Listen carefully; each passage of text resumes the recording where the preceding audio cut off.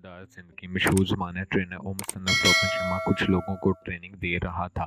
इसने तमाम फिरका में एक एक सेब तकसीम किया और कहा कि इसे खाएं। इन सब ने सेब खाना शुरू कर दिया। इनमें से किसी ने जल्दी सेब खा लिया तो किसी ने ज़्यादा वक्त लगाया। एक हंगामा सा मच गया। आधे घंटे में ये मशक ख़त्म होगी। इसके बाद नए सेब दिए गए और शिखा से कहा गया कि अब ये सेब इस तरह खाना है कि ये आपकी ज़िंदगी का आखिरी सेब है।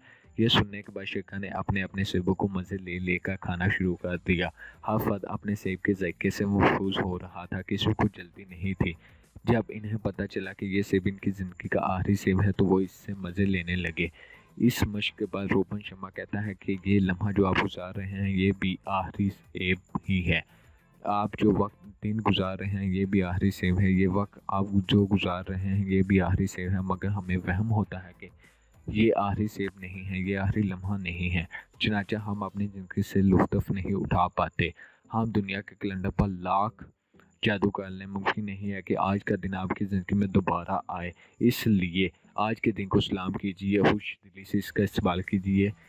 आज का दिन अल्लाह ताला ने आपको इनाम के तौर पर दिया है, इसका बेहतरीन इस्तेमाल कीजिए। कभी भी ज़िंदगी में कोई चीज़ ज़ाया करने लगे तो आखिरी सेब को ज़रूर याद कर लीजिए।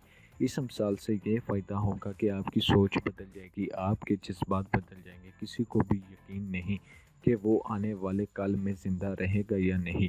यकीन सिर्फ यही है कि इस वक्त सांस चल रही है।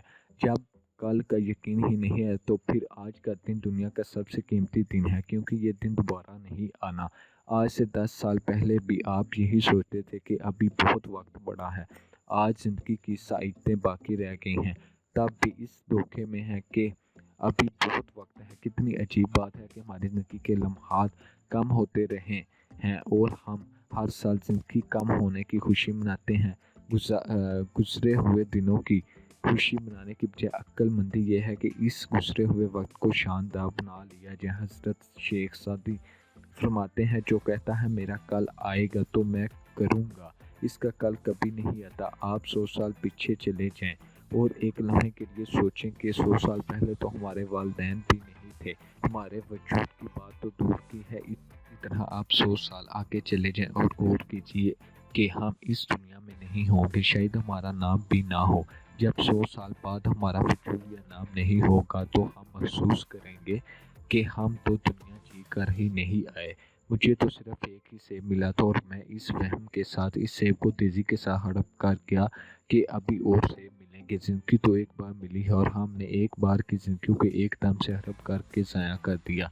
हमने ज़िंदगी से फ़ायदा उठाया और ना दूसरों को फ़ायदा दिया। ज़िंदगी यूं ही बेकैफ और बेसरूर गुजार